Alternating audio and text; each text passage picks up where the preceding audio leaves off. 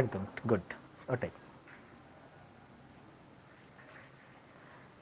তো অ্যাডহেসিভ ফোর্সটা মনে আছে কি ফোর্স? দুটো মেন ফোর্স, এই জায়গাটা ক্লিয়ার হলে এই জায়গাগুলোর কোনো অসুবিধা হবে না। অ্যাডহেসিভ ফোর্সটা মনে আছে কি,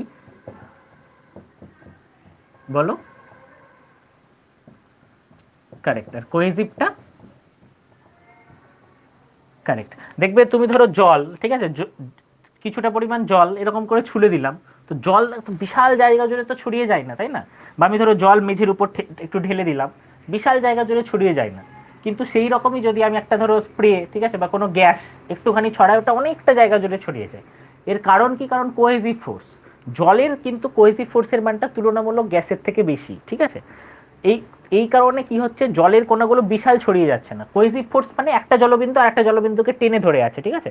একটা জলের বিন্দু আর একটা জলের বিন্দুকে বলছে তুই যাস না, এমনি করে টেনে ধরে আছে সবাই সবাইকে, দিয়ে জল একটা নির্দিষ্ট আকৃতি পেয়েছে, ঠিক আছে? একটা নির্দিষ্ট একটা যে পাত্রে রাখছো সেরকম একটা জায়গার সেই পাত্রের আকারটাও পাচ্ছে, বিশাল জায়গা জুড়ে ছড়িয়ে যাচ্ছে না, ঠিক আছে?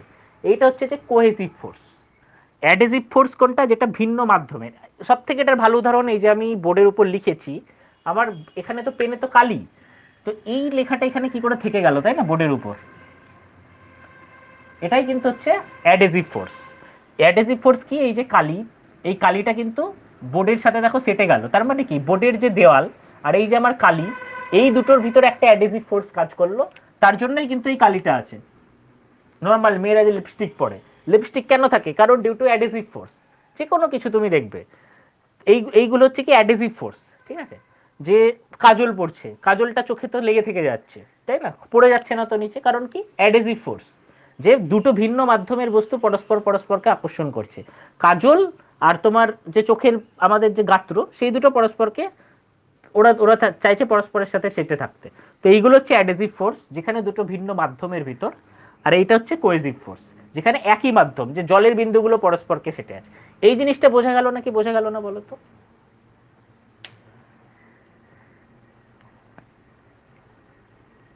শোনা যাচ্ছে তো সবাই?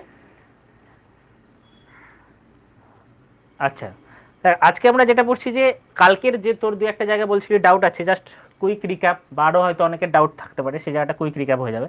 আমরা এখন পড়ছি অ্যাডহেসিভ ফোর্স আর কোহেসিভ ফোর্স। কোহেসিভ ফোর্স হচ্ছে সেম জিনিসগুলোই পরস্পর পরস্পর আকর্ষণ করছে, মাধ্যমটা সেম হবে। মানে একটা জলকে আমি এখানে ফেলে দিলাম মেঝের উপর, জলটা কিন্তু প্রচুর জায়গা জুড়ে ছড়িয়ে যাবে না। কারণ কি? একটা জলের বিন্দু আর একটা জলের বিন্দুকে টেনে ধরে রাখছে, একটা জলের বিন্দু আর একটা জলের বিন্দুকে বলছে তুই যাস না, এরকম করে টেনে ধরে রাখছে। এই কারণে জলগুলো সব এক জায়গায় থাকছে। তুলনামূলক এখানে যদি একটা গ্যাস এনে আমি স্প্রে করে দিই, গোটা ঘর একদম ইমিডিয়েট ছড়িয়ে যাবে, কারণ গ্যাসের কোহেসিভ ফোর্স কম। একটা গ্যাসের বিন্দু একটা গ্যাসের বিন্দুকে অতটা আকর্ষণ করতে পারে না, যতটা একটা জলের বিন্দু একটা জলের বিন্দুকে করে লিকুইডের ক্ষেত্রে। তো এইটা হচ্ছে কোহেসিভ ফোর্স, যখন মাধ্যমটা সেম, একটা জলের বিন্দু আর একটা জলের বিন্দুকে করবে। অ্যাডহেসিভ ফোর্স যেটা হচ্ছে যে মাধ্যমটা যখন আলাদা, এই যে আমি পেন দিয়ে লিখলাম বোর্ডের উপর, লেখাটা কিন্তু এখানে থেকে গেল, ঠিক আছে, কালিগুলো কিন্তু এখান থেকে গড়ে পড়ে গেল না, কারণ কি? Adhesive force. অ্যাডহেসিভ ফোর্সের জন্য পেনের যেই কালিটা, এটা এখানে থেকে যাচ্ছে। আরও তো উদাহরণ, যে আমরা চোখে কাজল পড়ে, তাই না, বাচ্চারা চোখে কাজল পড়ে, তো এই কাজলগুলো যে লেগে থাকছে, এগুলো হচ্ছে অ্যাডহেসিভ ফোর্সের উদাহরণ। যখন মাধ্যম দুটো আলাদা হবে তখন হচ্ছে সেটা অ্যাডহেসিভ ফোর্স, যখন মাধ্যম দুটো এক হবে তখন সেটা হচ্ছে কোহেসিভ ফোর্স। এবার পৃষ্ঠটান কি? কালকে যেটা বলছিলি যে মানে মশা মাছিরা হাঁটছে, এই জায়গাটা কি ব্যাপার? পৃষ্ঠটান জিনিসটা হচ্ছে, বা সারফেস টেনশন জিনিসটা হচ্ছে যে আমাদের যে যে কোনো জায়গায় জল রাখি বা যে কোনো লিকুইড রাখি, এর যে উপরের যে আস্তরণটা আছে না, আমি ধরো একটা পাত্রে এরকম জল রাখলাম, এর উপরের যে একদম লেয়ারটা আছে, একদম আপার লেয়ারটা আছে, এই আপার লেয়ারটা এই কোহেসিভ ফোর্সের জন্য কাছাকাছি আসতে চাই, ঠিক আছে? সবাই কি করতে চাই? সংকুচিত হয়ে থাকতে চাই, ঠিক আছে? এর জন্য এটা একটা আস্তরণের মতো কাজ করে। মানে এই যে আপার লেয়ারে যত জলের বিন্দু আছে, এরা সবসময় চায় একদম নিজের কাছাকাছি চলে আসতে, একদম সংকুচিত হয়ে থাকতে। এর ফলে কি হয়? এটা একটা আস্তরণের মতো কাজ করে, ঠিক আছে? ধরো প্রচুর জিনিস ছড়িয়ে আছে, সবকটা জিনিস যদি এক জায়গায় আসতে চাই, ঠিক আছে, তাহলে সেটা কি হবে? সে জায়গায় ঘনত্বটা বাড়বে না কমবে তুলনামূলক, যদি সবাই এক জায়গায় আসতে চাই? কি হবে বলো দেখি একটু? যদি অনেক কটা বস্তু এক জায়গায় আসতে চাই, ঘনত্ব বাড়বে না কমবে? আস্তরণটা আরো বেশি শক্ত, আর আস্তরণটা আরো বেশি শক্ত হবে না কম হবে? মানে ধরো এরকম একটা জল ছড়িয়ে আছে, ঠিক আছে, অনেক বড় জায়গা জুড়ে, জলের বিন্দুগুলো সব এক জায়গায় আসতে চাইছে, ঠিক আছে, তাহলে কি হবে ব্যাপারটা? মানে আস্তরণটা আরো বেশি শক্ত হবে না আস্তরণটা আরো বেশি হালকা হয়ে যাবে? শক্ত হবে। একদম, এটাই হচ্ছে সারফেস টেনশনের মেইন জিনিস, এটাই। ঠিক আছে, সারফেস টেনশনে এই যে একটা আস্তরণ ক্রিয়েট করে ফেললো, ঠিক আছে, জলের বিন্দুগুলো সব এক জায়গায় আসতে চাইলো, ওর সংকুচিত হয়ে থাকতে চাইলো, এই কারণেই ওর উপরে একটা আস্তরণ সৃষ্টি হয়ে গেল। ঠিক আছে, তো নর্মাল তুমি যদি দেখো একটা মশা জলের উপর দেখবে সুন্দর দাঁড়িয়ে আছে, ঠিক আছে, একটা নিডল, একটা সুচকে তুমি এরকম করে আস্তে করে দেখবে, দেখবে জলের উপর দাঁড়িয়ে আছে। এগুলো কিন্তু প্লবতা বলের জন্য নয়, ঠিক আছে, এখানে কিন্তু আর্কিমিডিসের সূত্র কাজ করছে না, এখানে দাঁড়িয়ে আছে কারণ জলের উপরের লেয়ারটা একটা আস্তরণের মতো কাজ করছে। ঠিক আছে, ওরা যেহেতু সংকুচিত হয়ে থাকতে চায় কোয়েসিভ ফোর্সের জন্য, তো এটা কি হচ্ছে, একটা আস্তরণের মতো কাজ করছে ওই উপরের লেয়ারটা, এই কারণেই বস্তুটা ডুবে যাচ্ছে না। খুব হালকা হালকা বস্তু, অনেক আগেকার দিনে 10 পয়সা 20 পয়সার কয়েন ছিল একদম হালকা, ওগুলো যদি দেখো আস্তে করে দেখো জলের উপর, দেখবে ওটা ভাসছে। ঠিক আছে, এইগুলো কিন্তু একদম আর্কিমিডিসের সূত্র অনুযায়ী না, কারণ জলের উপরের আস্তরণটা যেহেতু সংকুচিত হয়ে থাকতে চায়, ওটা লেয়ারের মতো পুরো কাজ করছে, এই কারণেই এটা ভাসছে। ঠিক আছে, জলের এই ধর্মটাকেই বলা হয় পৃষ্ঠটান, যেখানে জলের এই উপরের যে লেয়ারটা সেটা সংকুচিত হয়ে থাকতে চায় এবং সেটা একটা আস্তরণের মতো কাজ করে, জলের এই ধর্মটাকেই বলে পৃষ্ঠটান। আর এই জিনিসটাকেই মাপা হয় কি, ফোর্স, এটাকে টি দিয়ে ডিনোট করা হয়, আর এটাকে মাপা হয় ফোর্স পার লেন্থ, মানে পার লেন্থে কতটা ফোর্স, এই ইউনিট দিয়ে এটাকে মাপা হয়। ঠিক আছে, যে এখানে ধরো যদি একটা সুচ রাখো আস্তে করে, তাহলে পৃষ্ঠটানের মানটা কত হবে, যে ফোর্স পার লেন্থ। ঠিক আছে, এই যে সুচের যে দৈর্ঘ্য আর তার সাথে এখানে যে বলটা কাজ করছে, পৃষ্ঠটানের ধরুন একটা বল কাজ করছে এখানে, সেই বলটা বাই লেন্থটা, এইভাবে এটাকে মাপা হয়। কিন্তু কনসেপ্টটা কি, কনসেপ্টটা হচ্ছে যে আপার লেয়ারটা অল টাইম সংকুচিত হয়ে থাকতে চাই, এই কারণে এটা একটা আস্তরণের মতো কাজ করে, সেই আস্তরণের জন্যই একটা পর্দার মতো কাজ করে ভাবতে পারো, ওই পর্দাটার জন্যই যে কোনো হালকা বস্তু যারা খুবই হালকা তারা ওটার উপর দিয়ে হেঁটে যেতে পারে, মশা মাছি হেঁটে যেতে পারে। ঠিক আছে, এইটা গেল পৃষ্ঠটানের কনসেপ্ট। তুমি যদি একটা জিনিস লক্ষ্য করো, ধরো গরম গরম দুধ খাচ্ছ, ঠিক আছে, গরম গরম দুধ খাচ্ছ, একদম গরম দুধ, সে তার উপরের লেয়ারটা, আর যদি দুধটা ধরো ঠান্ডা হয়ে যায় পরের দিন সকালে, তার উপরের লেয়ারটা তুলনামূলক কোন লেয়ারটা ভারী হয় বলো তো, কোন লেয়ারটাই মানে একটা কিছু যদি তুমি ডুবে দাও ডুবে যাওয়ার চান্স কম থাকবে, গরমটাই না ঠান্ডাটাই? একদম গুড, ঠান্ডাটা, এটা এটা এইগুলো কিন্তু একদম মানে এই জায়গাগুলো কি বাস্তবের সাথে একটু ভাবতে হবে, চালেই এইগুলো দেখতে পাবে। এরকম প্রচুর উদাহরণ আমাদের সাথে আছে সারফেস টেনশনে। যখন দেখবে দুধ পরের দিন ঠান্ডা মানে ঠান্ডা হয়ে যায় একদিন পরে, দেখবে উপরের লেয়ারটা বেশ শক্ত হয়ে যায়, বেশ বেশ উপরের লেয়ারটা বেশ ভারী হয়, তার উপর তুমি যদি একটু মানে 1 টাকার কয়েনও রাখো তাও মনে হয় ওটা ডুববে না, ভেসে থেকে যাবে। কিন্তু গরম দুধ যদি হয়, দেখবে একদম উপরের লেয়ারটা হালকা হয়। তার মানে এখান থেকেও আমরা কি বলতে পারি, যে পৃষ্ঠটানের মানটা, ঠিক আছে, যখন তাপমাত্রা বাড়ছে তখন পৃষ্ঠটানের মানটা কমে গেল না বেড়ে গেল বলো তো? যখন দুধটা গরম হয়ে গেল তখন পৃষ্ঠটানের জন্য যে বলটা সেটা কমে গেল না বেড়ে গেল? সংকুচিত হওয়ার প্রবণতাটা কমে গেল না বেড়ে গেল তাপমাত্রা যখন আমি বাড়িয়ে দিলাম?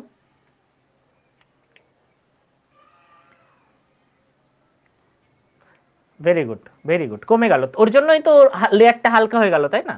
যখন ঠান্ডা ছিল তখন সংকুচিত হওয়ার প্রবণতা বেশি, খুব সংকুচিত হয়ে থাকতে চায় কাউকে, মানে এই ধরো জলের, আমি ধরো জলের লেয়ার, এই টোটাল জায়গাটা ওরা একদম সংকুচিত হয়ে থাকতে চায়। ঠিক আছে, উপর থেকে কাউকেও নিচে পড়তে দেবে না, সবাই একদম এক জায়গায় সেটে আছে। তো এটা হচ্ছে যখন খুব ঠান্ডা থাকছে, যখন গরম হচ্ছে আস্তে আস্তে আস্তে কি নিজের সংকোচনটা কমে কমে যাচ্ছে, তো উপর থেকে কিছু জিনিস পড়ে যেতে পারে নিচে। তার মানে তাপমাত্রা যদি বাড়ানো হয় তাহলে কিন্তু পৃষ্ঠটানের মান কমে না বাড়ে তাহলে? আমরা এখন এই উদাহরণটা দেখে যেটা বুঝলাম, তাপমাত্রা যদি বাড়ায় পৃষ্ঠটানের মান কমছে না বাড়ছে, সংকুচিত হওয়ার প্রবণতাটা কমছে না বাড়ছে তাপমাত্রা বাড়ালে? ভেরি গুড, তো এটা একটা কিন্তু কোশ্চেন আসবে যে তাপমাত্রার সাথে পৃষ্ঠটানের সম্পর্ক কি, তাপমাত্রা যত বাড়বো এই পৃষ্ঠটান জনিত বলটা কিন্তু কমে যাবে। ঠিক আছে, এবং অ্যাডহেসিভ ফোর্স আর কোহেসিভ ফোর্সের এই জায়গাটা হচ্ছে রিলেশন, যে অ্যাডহেসিভ ফোর্স ভিন্ন মাধ্যম, কোহেসিভ ফোর্স সমমাধ্যম। এবার হচ্ছে কোনো বস্তু কখন ভেজাবে কখন ভেজাবে না, ঠিক আছে, এই জায়গাটা একটু বুঝবো। হুম, না লিপস্টিক কাজলের উদাহরণটা দিলাম অ্যাডহেসিভ ফোর্স, তো খুব ভালো করে বোঝ, লিপস্টিক যখন পড়ছে, ঠিক আছে, তো লিপস্টিক আর ঠোঁটে থাকছে, তো দুটো মাধ্যমে এক না আলাদা? তো তাহলে কোন ফোর্স কাজ করবে, অ্যাডহেসিভ না কোহেসিভ? অ্যাডহেসিভ, যখনই মাধ্যম দুটো আলাদা সেটা হচ্ছে অ্যাডহেসিভ ফোর্স। ঠিক আছে, একটা মাধ্যম অন্য মাধ্যমের সাথে সেটে থাকতে চায়,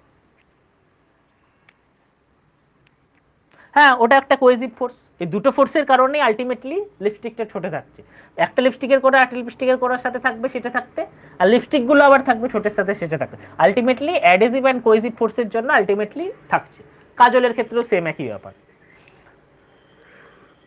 অবশ্যই দুটো ফোর্সই কাজ করছে। একটা লিপস্টিকের কোণের সাথে একটা লিপস্টিকের কোণার যে ফোর্সটা কাজ করছে সেটা হচ্ছে কোহেসিভ ফোর্স, ঠোঁটের সাথে লিপস্টিকের কোণা যেটা কাজ করছে সেটা হচ্ছে অ্যাডহেসিভ ফোর্স। সিম্পল কনসেপ্ট, কিচ্ছু জটিল নয়, বোঝা গেল? মাধ্যম দুটো আলাদা হলে অ্যাডহেসিভ, মাধ্যম দুটো এক হলেই কোহেসিভ। বোঝা গেছে না যায়নি ব্যাপারটা?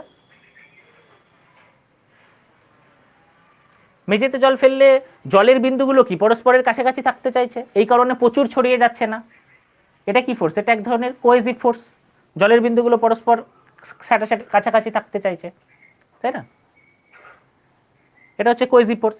আবার আবার জলের বিন্দুগুলো যেহেতু মেঝেকে ভিজিয়ে দিচ্ছে, জলের বিন্দুগুলো চাইছে আবার মেঝের সাথে থাকতে, তাই তো? এটা হচ্ছে অ্যাডহেসিভ ফোর্স। তখন এটা হয়ে গেল অ্যাডহেসিভ ফোর্স। আমি যদি এখানে একটা বোর্ড আনি, আমি যদি এখানে একটু জল জল ঢেলে দিই, জল ছুঁড়ে ফেলে দিই, তো ওই বোর্ডটা ভিজে যাবে না যাবে না? ভিজবে। ভিজবে কারণ অ্যাডহেসিভ ফোর্স বেশি, মানে জল আর এই বোর্ডের অ্যাডহেসিভ ফোর্সের মানটা কিন্তু বেশ হাই। এই কারণে কি করবে, জলগুলো এই বোর্ডের গায়ে সেটা সেটা থেকে যাবে, দুটো ভিন্ন মাধ্যম ওই কারণে একে সাটিয়ে নেবে, এই কারণে এটা ভিজে যাবে। তো যখন অ্যাডহেসিভ ফোর্সের মান হাই তখন কিন্তু জিনিস ভিজিয়ে দেয়, ঠিক আছে? জলের ক্ষেত্রে বোর্ডের মানে বোর্ড আর জল এই দুটো যদি আমি মাধ্যম বিবেচনা করি, ঠিক আছে, তাহলে কিন্তু অ্যাডহেসিভ ফোর্সের মানের জন্য বোর্ডটাকে ভিজিয়ে দেবে। কিন্তু এখানে যদি ওটা পারদ এনে ঢেলে দিই, ঠিক আছে, এই পারদ একদম গড়িয়ে নিচে পড়ে যাবে। গড়িয়ে নিচে পড়ে যাওয়ার কারণ কি, পারদ আর এই বোর্ডের ভিতরে অ্যাডহেসিভ ফোর্সের মানটা খুব কম।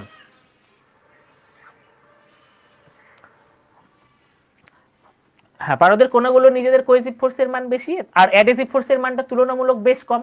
অ্যাডহেসিভ ফোর্সের মানটা যদি বেশি হতো তাহলে এটা বোর্ডকে ভিজিয়ে দিত। অ্যাডহেসিভ ফোর্সের মানটা ওখানে বেশ কম, ওই কারণে কি হচ্ছে, পারদগুলো বোর্ডকে ভিজাতে পারছে না, সরাব করে নিচে চলে আসছে। যদি, কারণ বোর্ড একটা মাধ্যম, পারদ একটা মাধ্যম, দুটো ভিন্ন মাধ্যম, যদি অ্যাডহেসিভ ফোর্সের মানটা বেশি হয় তবেই পারদটা বোর্ডে গিয়ে সাটবে, যদি কম হয় তাহলে জলে পড়ে যাবে নিচে। জলের ক্ষেত্রে আমরা কি দেখলাম, অ্যাডহেসিভ ফোর্সের মানটা বেশি ছিল, ওই কারণে এটা বোর্ডের গায়ে কিছুটা জলবিন্দু এরকম এরকম করে লেগে থাকবে, ঠিক আছে, কারণ অ্যাডহেসিভ ফোর্সের মানটা বেশি। পারদের ক্ষেত্রে অ্যাডহেসিভ ফোর্সের মানটা যেহেতু খুব কম, টোটাল পারদ ধরাস করে নিচে পড়ে যাবে। বোঝা গেল ব্যাপারটা? তো ভেজাবে কখন, যে কোনো বস্তু, যে কোনো লিকুইড একটা বস্তুকে যদি অ্যাডহেসিভ ফোর্সের মানটা তুলনামূলক বেশি হয়। বোঝা গেল এই জায়গাটা তাহলে এবার ছোটকা? আচ্ছা, এইবার যে জায়গাটা আমরা আগের দিন বলছিলাম যে অ্যাঙ্গেল অফ কন্ট্যাক্ট, ঠিক আছে, না পৃষ্ঠটান, না পৃষ্ঠটান তো এই কোহেসিভ ফোর্সগুলোর জন্যই তো পৃষ্ঠটান। পৃষ্ঠটানটা কেন হচ্ছে, বস্তুগুলো সংকুচিত হয়ে কেন থাকতে চাইছে, একটা জলবিন্দু একটা জলবিন্দুর কাছে আসতে চাইছে, সবাই মিলে সংকুচিত হয়ে থাকতে চাইছে, এই কারণেই তো জলের উপরের লেয়ারের পৃষ্ঠটান। পৃষ্ঠটানটা কোথা থেকে এলো, এই যে সবাই সংকুচিত হয়ে থাকতে চাইছে, এই কারণেই একদম আপার জলের একদম যে উপরের লেয়ারটা সেটা একটা আস্তরণের মতো কাজ করছে, এই কারণেই পৃষ্ঠটানটা সৃষ্টি হলো। বোঝা গেল ব্যাপারটা?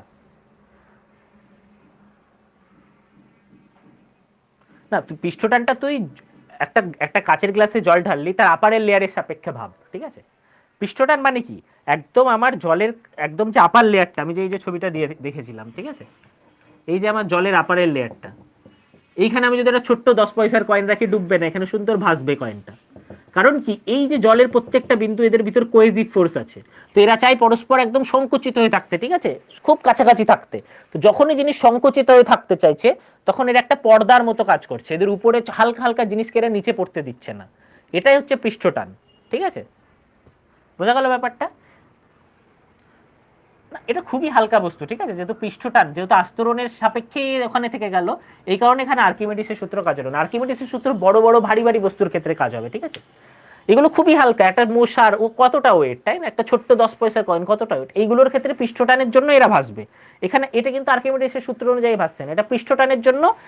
এটা যদি একটা লেয়ারের মতো কাজ করছে এই জন্য একে ডুবতে দিচ্ছে না, ঠিক আছে? এটা যদি একটা বড় বস্তু হতো, কিছুটা ডুবে যেত, তখন ওই সেম আর্কিমিডিসের সূত্র হয়ে যেত, কতটা ডুবলো কি ব্যাপার, তখন আর্কিমিডিসের সূত্র আসতো। একটু ভারী হলেই ডুবে যাবে। দেখ এই জলের আস্তরণটা একটা আস্তরণ, ঠিক আছে, ওর নিজের পৃষ্ঠটান জনিত বল সংকুচিত বলের জন্য একটা আস্তরণের মতো কাজ করছে। সেই আস্তরণ যতটা ভর মানে সহ্য করতে পারে তার থেকে বেশি ভর দিলে জিনিসটা ডুবে যাবে। একটা ছোট্ট তুই পর্দা রেখেছিস, একদম জলের ছোট ছোট কণাগুলোর ভিতর কোহেসিভ ফোর্স, ওরা সবাই এক জায়গায় আসতে চাইছে, এই কারণে ওরা একটা আস্তরণের মতো ক্রিয়েট করে ফেলছে উপরে। তুই ভাব না, তুই ধর একটা ছোট্ট পর্দা বানালি, ঠিক আছে, ছোট্ট বাবেল দিয়ে হোক বা যে কোনো জিনিস দিয়ে হোক, বা ছোট্ট একটা বেলুন, হালকা পাতলা বেলুন দিয়ে একটা হালকা পর্দা বানালি, তো এখানে তুই যদি খুব ভারী জিনিস রাখিস ওটা ছিঁড়ে পড়ে যাবে ভিতরে, কারেক্ট? সেম কনসেপ্ট, এটা একটা আস্তরণের মতো কাজ করছে। ক্লিয়ার হলো ব্যাপারটা? তাহলে এইবার এই জায়গাটায় আমরা আগের দিন আর একটা কনসেপ্ট দেখছিলাম যেটা নিয়ে ডাউট ছিল বলছিলি, সেটা হচ্ছে কি অবতল কিছু কিছু জিনিস, কিছু কিছু লিকুইড যখন আমি কাচের বোতলে রাখবো, কিছু কিছু জিনিস এরকম অবতল হয়ে থাকবে, কিছু কিছু জিনিস এরকম উত্তল হয়ে থাকবে, ঠিক আছে? তো কারা অবতল হয়ে থাকবে, কারা উত্তল হয়ে থাকবে? হুম,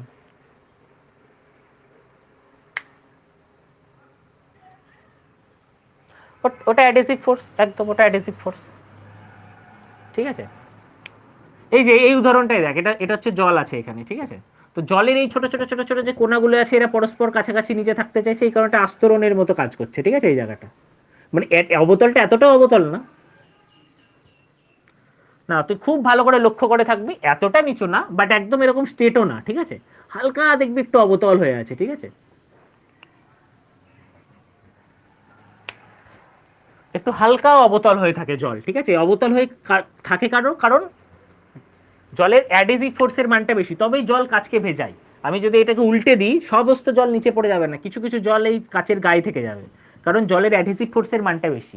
এই অ্যাডহেসিভ ফোর্সের মানটা বেশি বলেই এরকম উত্তল হয়ে যাচ্ছে। কেন এরকম হালকা উত্তল হচ্ছে? কারণ তুই যদি দেখিস এই যে এই জায়গাগুলো অ্যাডহেসিভ ফোর্সের মানটা যেহেতু বেশি, তো জলের বিন্দুগুলো যতটা না জলের সাথে থাকতে চাইছে ততটা বেশি থাকতে চাইছে হচ্ছে কাচের গায়ের সাথে। ওই কারণে এই কোনায় বেশি পরিমাণ জলের বিন্দু কাচের গায়ে সেটে যাচ্ছে, ঠিক আছে? এই কারণে এটা একটা এরকম উত্তল আকার নিয়ে নিচ্ছে, এই অবতল আকার নিয়ে নিচ্ছে। এটা উত্তল কেন হয়ে যাচ্ছে?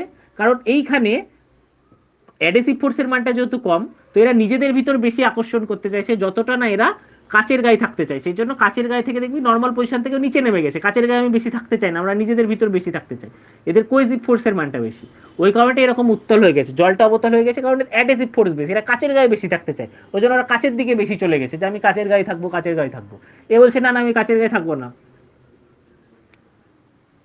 এরা এরা জলেরও একটা কোয়েজিভ ফোর্স আছে, পারদেরও একটা কোয়েজিভ ফোর্স গুলো আছে, মাঝখানের জলগুলো একসাথে থাকতে চাই বলেই তো এখানে জলগুলো সব আছে। যেহেতু এই সাইডের জলগুলো, মাঝখানের জলে কি অ্যাডহেসিভ ফোর্সের কনসেপ্ট আসবে? আসবেই না। তো হ্যাঁ, তাহলে এর জন্য এরা এরকম হয়ে আছে, কিন্তু সাইডের যে জলগুলো এরা চাইছে কাচের সাথে বেশি থাকতে, এই কারণে এরা কাচের দিকে বেশি ঝুঁকে পড়েছে।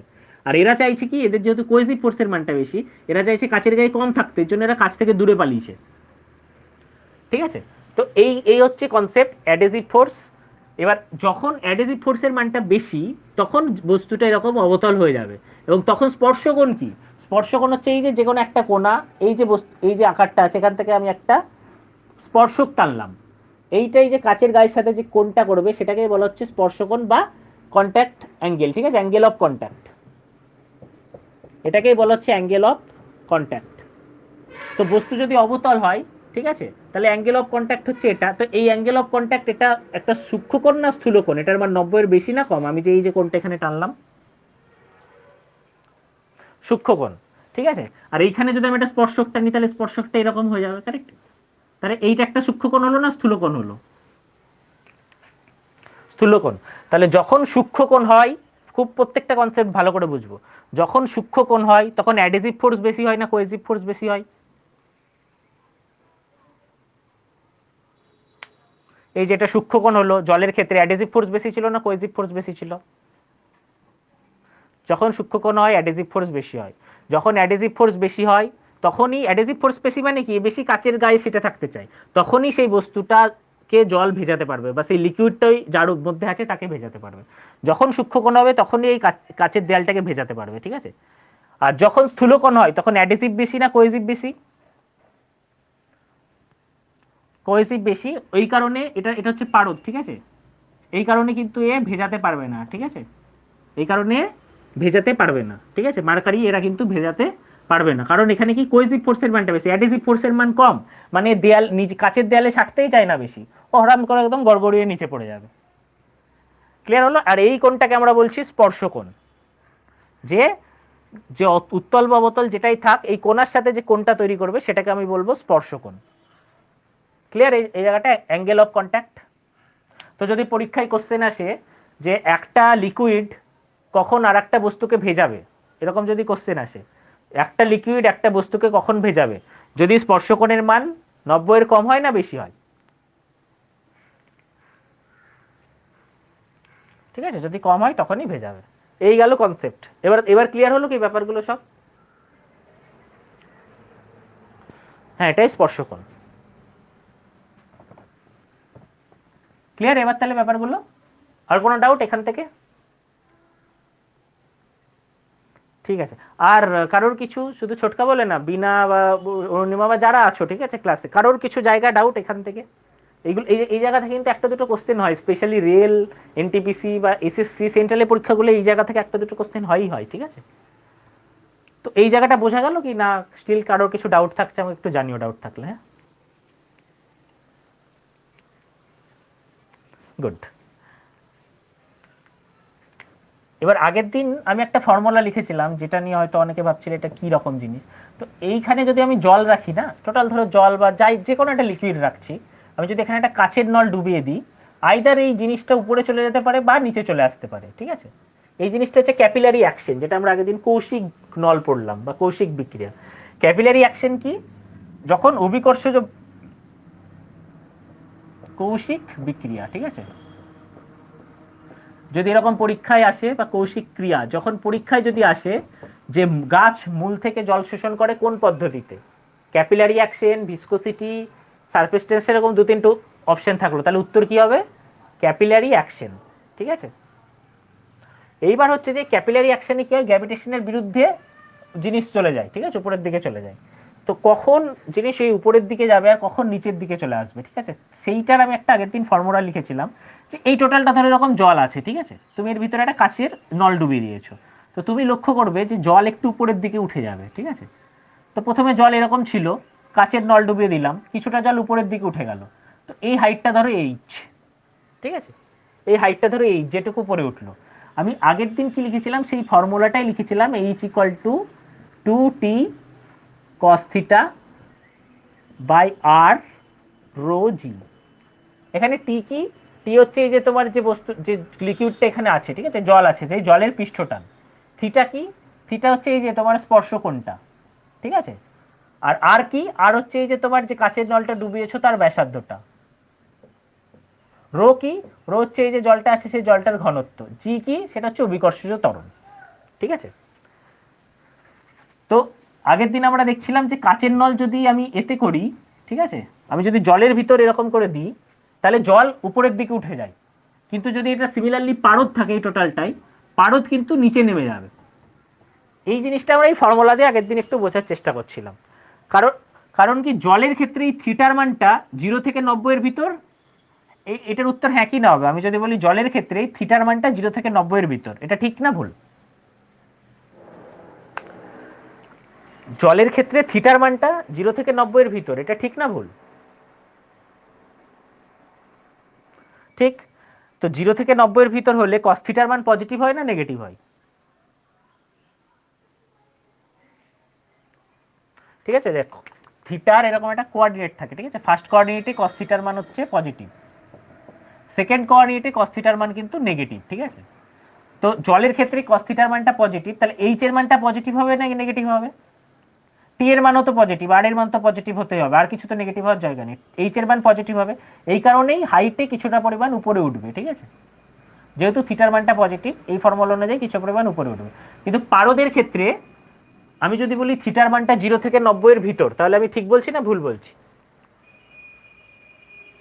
90 এর বেশি, তাহলে 90 এর যদি বেশি হয় তাহলে কস থিটার মানটা পজিটিভ না নেগেটিভ? তাহলে এইচ এর মানটা পজিটিভ না নেগেটিভ? Very good. তাহলে পারদের ক্ষেত্রে কিন্তু এটার উপরে উঠবে না, বরং কিছুটা পরিমাণ নিচে নেমে যাবে। বোঝা গেল?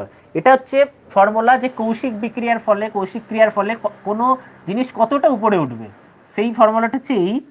যেটা আমরা দেখলাম যদি জল হয় বা যেখানে স্পর্শকোণের মান 90 এর কম, সেই জায়গাগুলোই উপরে উঠবে, আর যদি পারদ হয় বা যেখানে স্পর্শকোণের মান 90 এর বেশি, সেই জায়গাগুলোই নিচে নেমে যাবে।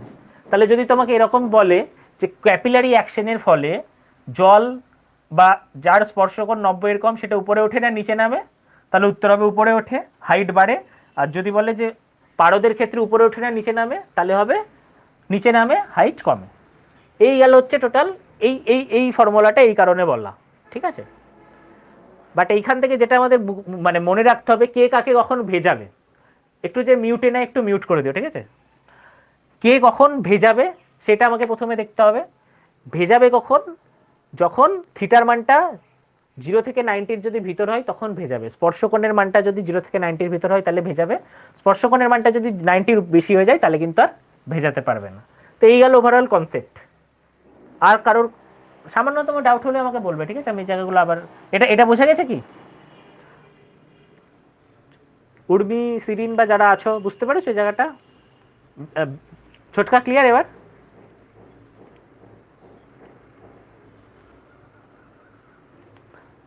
না, এটা হচ্ছে ফর্মুলা যে কোনো বস্তু কতটা পরিমাণ উপরে উঠবে সেটাই পৃষ্ঠটানের সাথে তো কাজ করবে, তাই না? পৃষ্ঠটান যার যত বেশি হবে সে তত পরিমাণ বেশি উপরে উঠবে বেশি। এখানে ধর বিভিন্ন বস্তু আছে, জল আছে, পারদ আছে এবং আরো আরো আরো কিছু ধরনের হয়তো লিকুইড আছে। তো কে কত বেশি বেশি উপরে উঠবে সেটা হচ্ছে কিসের কিসের সাথে রিলেশন? সেটা হচ্ছে কস থিটার সাথে রিলেশন, সেটা হচ্ছে আর এর সাথে রিলেশন। মানে এই ব্যাসার্ধটা যত বাড়বে তত কি হবে? উপরে বেশি উঠবে না নিচে কম উঠবে? এই আর এর মানটা যদি বেড়ে যায় তাহলে বেশি উঠতে পারবে না কম উঠতে পারবে? বলো দেখি কেউ একটা। এইচ এর সাথে আর এর ব্যস্তানুপাতিক সম্পর্ক। সিমিলারলি পৃষ্ঠটানের সাথে সমানুপাতিক সম্পর্ক। যে লিকুইডটা আমি রাখবো যার তার যত পৃষ্ঠটান বেশি হবে তত বেশি পড়ে উঠবে। রো এর সাথে ব্যস্তানুপাতিক সম্পর্ক। যত বেশি ঘনত্বের বস্তু হবে, স্বাভাবিক ঘনত্ব যদি বেশি হয় তাহলে বেশি উপরে উঠতে পারবে না, কম উপরে উঠবে। অভিকর্ষ ত্বরণের মান যদি খুব বেশি হয়, অভিকর্ষ ত্বরণকে তো নিচের দিকে টানে, ওই কারণে এইচ এর সাথে জি এর ব্যস্তানুপাতিক সম্পর্ক, কারণ জি তো একে নিচের দিকে টানবে। সিমিলার, জাস্ট নর্মাল কনসেপ্ট, আর কিচ্ছু না। বোঝা গেছে তাহলে এবার জায়গাটা পুরো? গুড। আর একটা জিনিস বলছিলি বুঝতে পারছিলি না, সেটা হচ্ছে যে হঠাৎ করে খড়ের চালা কেন উড়ে গেল। তো তো আমরা আগের দিন যেটা বার্নৌলির উপপাদ্য, জাস্ট এখানে আমাদের একটা জিনিস মনে রাখতে হবে, বার্নৌলির উপপাদ্যতে বার্নৌলি কি বলছে?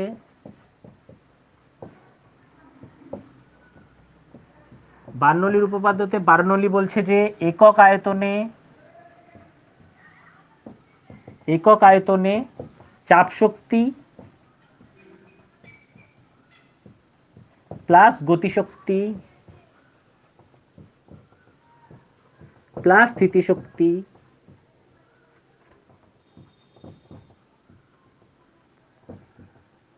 Equal to constant. এটা বার্নৌলি বলছে একক আয়তনে চাপ শক্তি প্লাস গতিশক্তি প্লাস স্থিতিশক্তি ইকুয়াল টু কনস্ট্যান্ট। ঠিক আছে, এটা হচ্ছে বার্নৌলি বলছে। তো এটাকে যদি আমি ফর্মুলা দিয়ে লিখি তাহলে চাপ শক্তিকে পি দিয়েই ডিনোট করে, গতিশক্তিকে যেহেতু একক আয়তনে ওর জন্য আগের দিন আমরা দেখেছিলাম এটা রো হয়ে যায়, আর স্থিতিশক্তিকে রো জি এইচ দিয়ে ডিনোট করে। এর মানটা হচ্ছে কনস্ট্যান্ট। ঠিক আছে, এটা হচ্ছে কি আমাদের বার্নৌলির উপপাদ্য।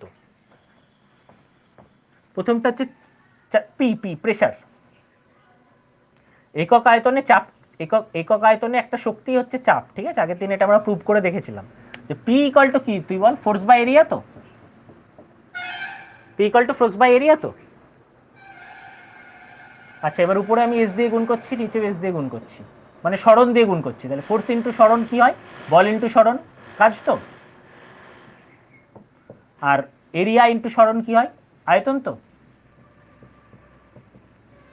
এরিয়া ইন্টু সরণ মানে একটা ক্ষেত্রফল, তার সাথে আমি আর একটা দৈর্ঘ্য গুণ করছি, তাহলে সেটা আয়তন হয় তো। তাহলে কাজ মানেই তো শক্তি, তাই না? তাহলে একক আয়তনে শক্তিকে আমি চাপ বলতে পারি না, এটাই চাপ শক্তি। একক আয়তনে যাক শক্তি, এটাই হচ্ছে চাপ শক্তি। সিমিলারলি গতিশক্তি হাফ এম ভি স্কোয়ার, সেটাকে আমি ভলিউম দিয়ে ভাগ করেছিলাম। না, একক আয়তনে না, এর জন্য ভলিউম দিয়ে ভাগ করলাম, M by V rho rho লিখে দিলাম ওই কারণে। এগুলো সব একক আয়তনে বলছে। গতিশক্তি হাফ এম ভি স্কোয়ার, কিন্তু বলছে একক আয়তনে গতিশক্তি, এটাকে তাহলে ভি দিয়ে ভাগ করতে হবে, ভলিউম দিয়ে। তাহলে মাস বাই ভলিউম কত হয়? রো হয়, এই কারণে জায়গাটা রো রো লিখতে হলো। সবগুলো একক আয়তনে, চাপ শক্তি প্লাস গতিশক্তি প্লাস স্থিতিশক্তি ইকুয়াল টু কনস্ট্যান্ট। তাহলে P plus half rho V square plus rho G H equal to constant. ঠিক আছে, এইবার ঘরের চালার যদি আমি যাই, ব্যাপারটা কিরকম হচ্ছে। এই ধরো আমার ঘর আছে, ঠিক আছে, সুন্দর। এই ধরো আমার একটা ঘর আছে, এখানে আমার খড়ের চালা আছে, টিন টিন আছে। তো এইখান থেকে এবার ঝড় হচ্ছে, হু হু করে বিশাল জোরে ঝড় হচ্ছে, উড়িয়ে নিয়ে চলে যাচ্ছে সবকিছু। ঝড় যদি হয় আমি প্রথমে এই পয়েন্টটার কথা ভাবি, ঠিক আছে? এই পয়েন্টে এখানে ঝড় হচ্ছে, বায়ুর গতিবেগ বিশাল, তাহলে গতিশক্তি বাড়লো না কমলো? গতিশক্তি বাড়লো অবশ্যই। এখানে যেহেতু ঝড় হচ্ছে, তাহলে গতিশক্তি যদি বাড়ে, স্থিতিশক্তি তো এইগুলো হাইট যেহেতু সেম, হাইট তো এই জায়গাটা ছাদের উপরে আর ছাদের জাস্ট নিচে হাইট তো প্রায় সেম, তাহলে স্থিতিশক্তি দুটোর ক্ষেত্রেই কনস্ট্যান্টই আছে। কিন্তু গতিশক্তি ছাদেরই জাস্ট একটু উপরে আর ছাদের একটু নিচে, স্থিতিশক্তি কি চেঞ্জ হবে? এই যে ছাদ, এই পয়েন্ট আর এই পয়েন্টে কি স্থিতিশক্তির মান বেশি হেরফের হবে কিছু? হাইট তো প্রায় সমানই, তাই না? এটা তো জি এইচ এর সাথে ডিপেন্ড করছে, তাই না? তো স্থিতিশক্তির মান কোনো চেঞ্জ নেই, যা হবে চাপ শক্তি আর গতিশক্তি। তো এখানে গতিশক্তির মান বিশাল বেড়ে গেছে, তাহলে চাপ শক্তির মানকে কমতে হবে না বাড়তে হবে যদি টোটালটাকে কনস্ট্যান্ট থাকতে হয়? তাহলে এই জায়গাটায় ছাদের ঠিক উপরে কি চাপের সৃষ্টি হলো? নিম্নচাপ, ঠিক কি না? আর ঘরের ভিতরের কথা এবার আমি ভাবি, ঘরের ভিতর কি ঝড় হচ্ছে নাকি? ঘরের ভিতর তো বায়ু বায়ু তো ঢুকতে পারছে না। তো শোনা যাচ্ছে? হ্যালো? আচ্ছা, ঘরের ভিতর ঝড় হচ্ছে না, তাহলে ঘরের ভিতর গতিশক্তির মান তো বাড়েনি, তাই না? গতিশক্তির মান যা ছিল চাই আছে, তাহলে ঘরের ভিতর চাপ শক্তি আগে আগে যেটা ছিল সেটাই আছে, তাহলে ঘরের ভিতর তুলনামূলক এখানকার থেকে চাপ বেশি না কম? এই জায়গাটায় যা চাপ শক্তি থাকবে, ঘরের ভিতর চাপ শক্তি তার থেকে বেশি হবে না কম হবে?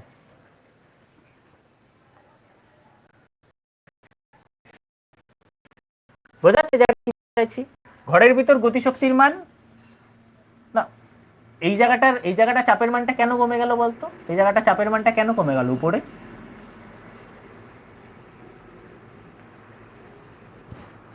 আচ্ছা, তাহলে এখানে কি গতিশক্তি বেড়েছে ঘরের ভিতরে? তাহলে তাহলে চাপ কোথায় বেশি হবে, ঘরের ভিতরে মানে উপরে না নিচে? যেরকম ছিল সেটা কমে গেছে, তাহলে ভালো করে ভাব একটু, ভিতরে যেরকম ছিল সেটাই আছে চাপ, উপরে চাপ কমে গেছে, তাহলে উপরে চাপ কম হবে না নিচে চাপ কম হবে?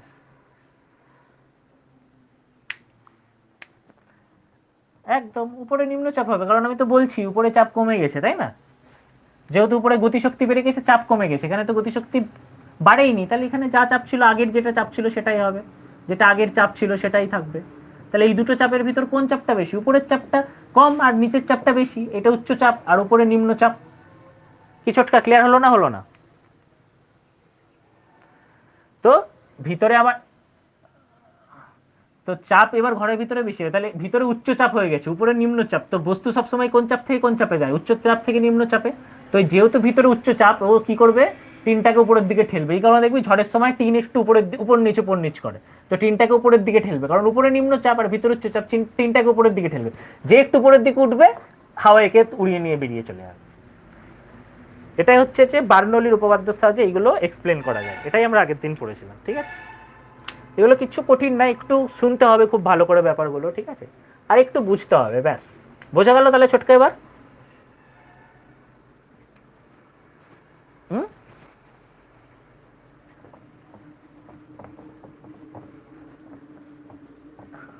তো সবসময় উড়বে তার কোনো গ্যারান্টি আছে নাকি?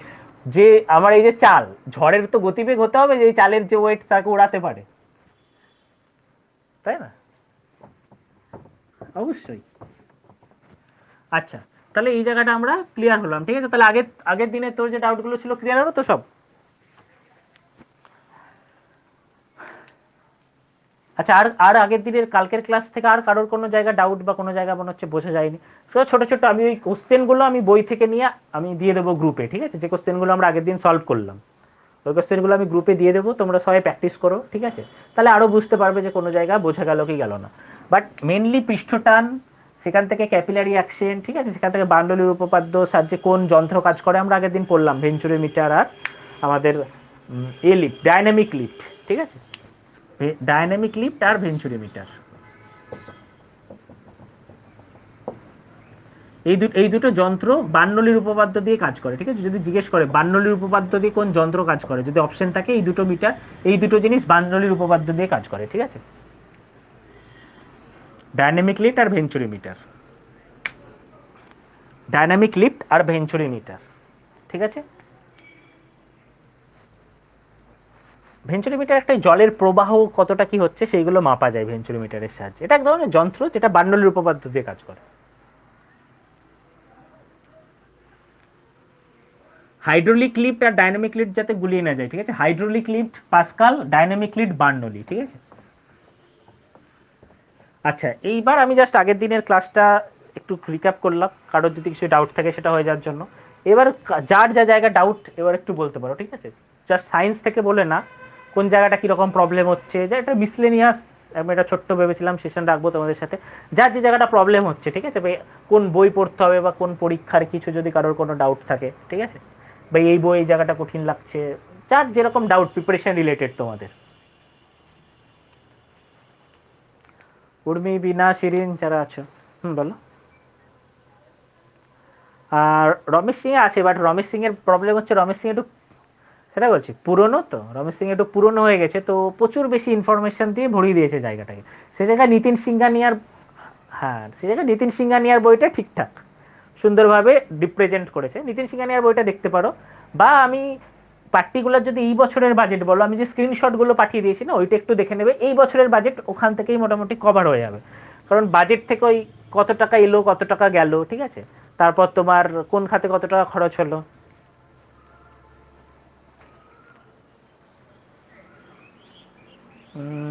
কোনো রিকোয়েস্ট তো পেন্ডিং নেই রে, এতে জয়েন করতে হবে, ঠিক আছে? টিচমিটে একটা সুবিধা আছে যে যারা অলরেডি একবার অ্যাপ্রুভ হয়ে যায় তাদেরকে আর নতুন করে অ্যাপ্রুভ করার দরকার পড়ছে না, গুগল মিটে যেরকম বারবার অ্যাপ্রুভ করতে হচ্ছে। আচ্ছা, যাই হোক। আচ্ছা তাহলে বিনা, তুমি ওই জায়গাটা মোটামুটি নীতিশ ঠিকানাতে একটু দেখে নিও, ঠিক আছে? আমি ওই এই ছবি তুলে পাঠিয়ে দেবো ওই জায়গাটা। আর বাজেটটা, হ্যাঁ আমি ছবি তুলে পাঠিয়ে দেবো, ঠিক আছে? আর কারো কোনো ডাউট? আর যারা ক্লাসে রয়েছে, তমাল বা উর্মি, বাজেট বাজেট, তুই তো নতুন চ্যাপ্টার ইন্ট্রোডিউস করছিস ভাই, তুই অরবিন্দ সুব্রমণিয়াম হয়ে গেলি।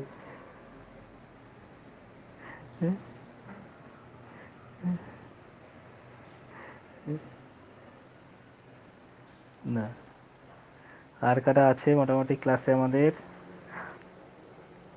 অনুশ্রী তো আছে, অনুশ্রী ক্লাস, সিরিন। আচ্ছা, শোয়েব, তুমি তো নতুন এসছো, তোমার কিছু জায়গা কিছু ডাউট? হ্যাঁ মানে যদি কিছু ডাউট থাকে বা কোনো জায়গা যদি তোমার মনে হয় যে এই জায়গাটা কি করে কভার করবো, বা মানে মিসলেনিয়াস, জাস্ট যার যেরকম, যে কোনো জায়গা।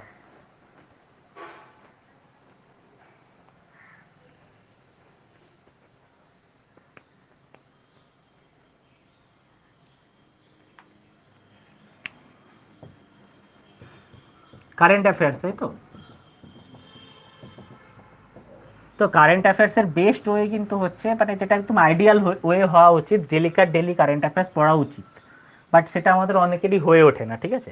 তুমি ভাজিরাম আইএসের একটা অ্যাপ আছে, ঠিক আছে, বেশ সুন্দর, ডেলিকার ডেলি ছোট্ট ছোট্ট করে তোমাকে টপিক দিয়ে দেবে, ঠিক আছে? ডেলিকার ডেলি তুমি যদি একটু ফলো, 10 থেকে 15 মিনিট লাগবে আইডিয়ালি, তোমার প্রতিদিনের টপিকটা সুন্দর করে কভার হয়ে যাবে, ঠিক আছে? বা অনলাইন তৈরিতে একটা ওয়ান লাইনার দেয়, ঠিক আছে? তুমি যদি ডেলিকার ডেলি ফলো করতে পারো অনলাইন তৈরি অ্যাপে, ওয়ান লাইনারটা 10 থেকে 12 মিনিট লাগবে, তুমি যদি পড়ো খুব সুন্দর হয়ে যাবে।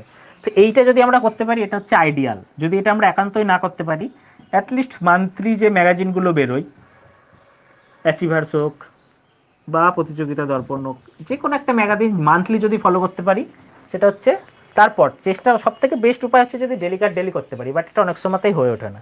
এটা যদি না হয়ে ওঠে, এইটা আমাদের চেষ্টা করতে হবে। যদি তাও না হয়ে ওঠে, এখন ধরো সাপোজ আমার জুলাই আগস্টে হয়তো পরীক্ষাগুলো হবে, ঠিক আছে, জুলাই আগস্টে হয়তো পরীক্ষাগুলো হবে, তো জুলাই আগস্টের সময় আমাদের আহ, ধরো আমার এই এটাও করা হয়নি, মান্থলিও করা হয়নি, আমার ডেলিও করা হয়নি, তখন আমাকে দেখতে হবে কি রিসেন্ট লাস্ট একসাথে যে কনসলিডেট করে যেটা বেরোয় সেরকম কোথায় পাবো, ঠিক আছে? তো এইরকম আমাদের ভিসা না এসে ডকুমেন্টস ওরা বার করে লাস্ট 1 বছরে কি কি ইম্পর্টেন্ট টপিক হয়েছে, প্রত্যেকটা আলাদা আলাদা, ঠিক আছে, পলিটি, ইকোনমি, সোসাইটি রিলেটেড যে সমস্ত টপিকগুলো আছে আলাদা আলাদা করে ওরা মে, এই মার্চ এপ্রিল নাগাদই বার করে দেবে, এখনো বার করেনি, মানে মে জুন নাগাদ বার করে দেবে, ঠিক আছে? তো তাহলে তুমি ওইটা যদি বার হয়, তুমি লাস্ট প্রায় 1 বছরের ডিটেলস পেয়ে যাবে। বা আরও কিছু আছে, আমি আই স্কোর, জি স্কোর এগুলো আছে, আমি এইগুলো যখন পরীক্ষা থাকবে আমি তখন শেয়ার করে দেবো, ঠিক আছে, যখন একসাথে বেরোবে লাস্ট 6-7 মাসের একসাথে একটা কনসোলিডেট করে আমি গ্রুপে শেয়ার করে দেবো যখন এগুলো আসবে। বাট চেষ্টা করো প্রথমটা মানে আজ থেকে যদি হয় আজ থেকেই ফলো করার। ভাজিরাম আইএস বা অনলাইন তৈরি বা এই ধরনের যে অ্যাপগুলো আছে, গ্রেড অ্যাপ, যে কোনো একটা অ্যাপ ডাউনলোড করে নাও, বা প্রথমে 2-3টে অ্যাপই ডাউনলোড করে দেখো কোনটা তোমার ভালো লাগছে, ডেলি ফলো করার চেষ্টা করো। যদি নাও হয় সেকেন্ড অপশনটা অন্তত করার চেষ্টা করো, এই দুটোর ভিতর করতে পারলে খুবই ভালো। থার্ড অপশনটা হচ্ছে লাস্ট অপশন, যখন আমি কিছুই করিনি তখন লাস্টে আমাকে তো কভার করতে হবে লাস্ট 6-7 মাস, তখন আমি এই প্রসেসে যাব। ক্লিয়ার তোমার? আর এই থার্ড প্রসেসের জন্য আমি ডকুমেন্টস দিয়ে দেবো, অসুবিধা নেই। আর কি ঠিক আছে তো ব্যাপারটা তোমার? বা আর কিছু কোয়ারি এখান থেকে?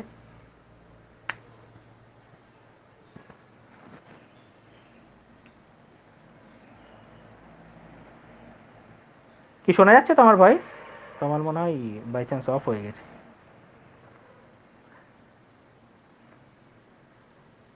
আচ্ছা, আর কারোর কোনো কোয়ারি যে কোনো জায়গা থেকে, ঠিক আছে, জাস্ট পরীক্ষা রিলেটেডও। হুম, বলো শহীদ। শহীদ বলছো তাই তো? হ্যাঁ বলো।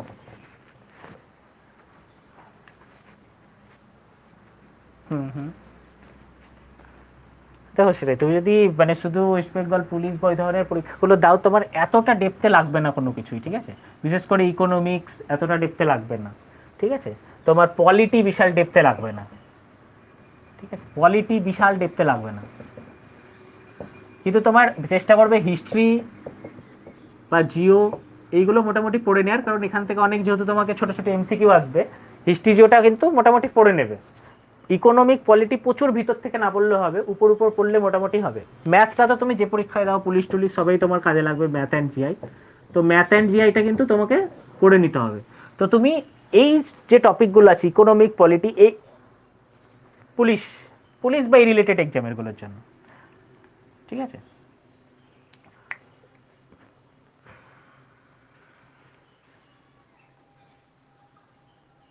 হুম,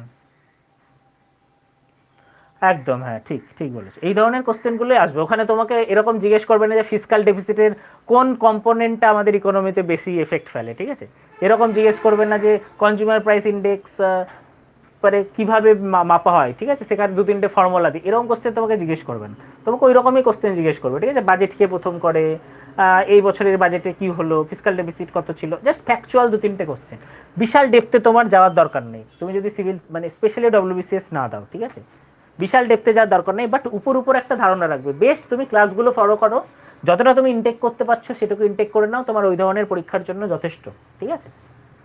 আর যেটা একটা কম্বাইন্ড বই বেরোয়, ঠিক আছে, যেমন লুসেন্ট হতে পারে বা ডব্লিউবিসিএস ক্র্যাকার, যেটা একটা কম্বাইন্ড বই বেরোয়, সব বই সব সাবজেক্ট একসাথে, ওই ধরনের একটা বই তুমি ফলো করো, ঠিক আছে, রিভাইজ দেওয়ার জন্য, একদম ওই ধরনের বই ফলো করো, তোমার আরামসে হয়ে যাবে, কোনো চিন্তার কারণ নেই, ঠিক আছে।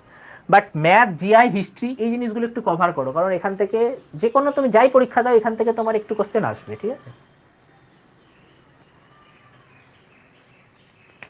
Good, good Syed. আর কারোর তমাল তুমি মনে হয় একটু অফ হয়ে গেছিলে বাই চান্স, ঠিক আছে, তো ওই জায়গাটা আমি ডিসকাস করলাম, রেকর্ডিং হয়ে থাকলো, তো আমি ওটা আপলোড করে দেবো, তখন দেখে নিও।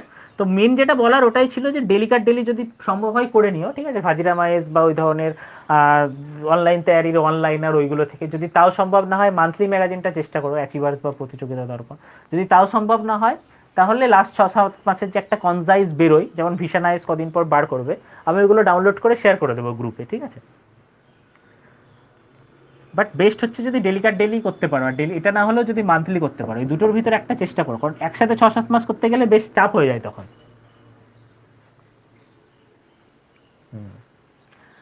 আর কারোর কোনো ডাউট? অনুশ্রী, উর্মি?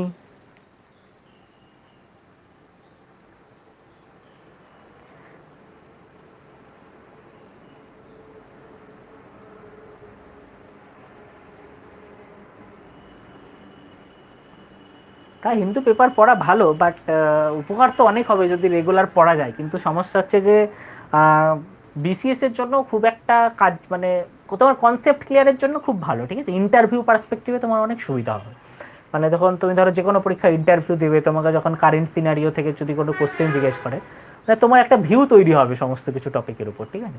যেমন এখন ধরো কোভিড সিচুয়েশন বা এই যে অক্সিজেনের সমস্যা, এই মিসম্যানেজমেন্টগুলো কেন হচ্ছে বা কিভাবে হচ্ছে, তো সেখানে যারা এডিটার যারা রয়েছে, যারা এডিটোরিয়াল কলামে লেখে, তারা বেশ হাইফাই লোকজন, তো তারা খুব সুন্দর করে টোটাল ব্যাপারটা ব্যাখ্যা করে। তো তোমার একটা ওভারঅল কনসেপ্ট তৈরি হবে ওই ধরনের জিনিসগুলো। তো স্পেশালি এগুলো ইউপিএসসির জন্য যারা খাটে দরকার, বিসিএস এর জন্যও ফলো করা যেতে পারে, খুব ভালো যদি ফলো করা যায়। তো ওভারঅল একটা কনসেপচুয়াল ক্ল্যারিটি তৈরি করতে বেশ হেল্প করবে, ঠিক আছে? কিন্তু প্রোভাইডেড তার আগে তোমার এই বেসিকগুলো যাতে কমপ্লিট হয়ে যায়, বেসিকগুলো যাতে শেষ হয়ে যায়, ঠিক আছে? মানে বাকি যদি অনেকটা পড়ার সময় পাও, দেখলে অনেকটা পড়ছো, তারপরেও হাতে মোটামুটি কিছুটা সময় আছে, তাহলে অবশ্যই ফলো করো, খুব ভালো যদি ফলো করতে পারো।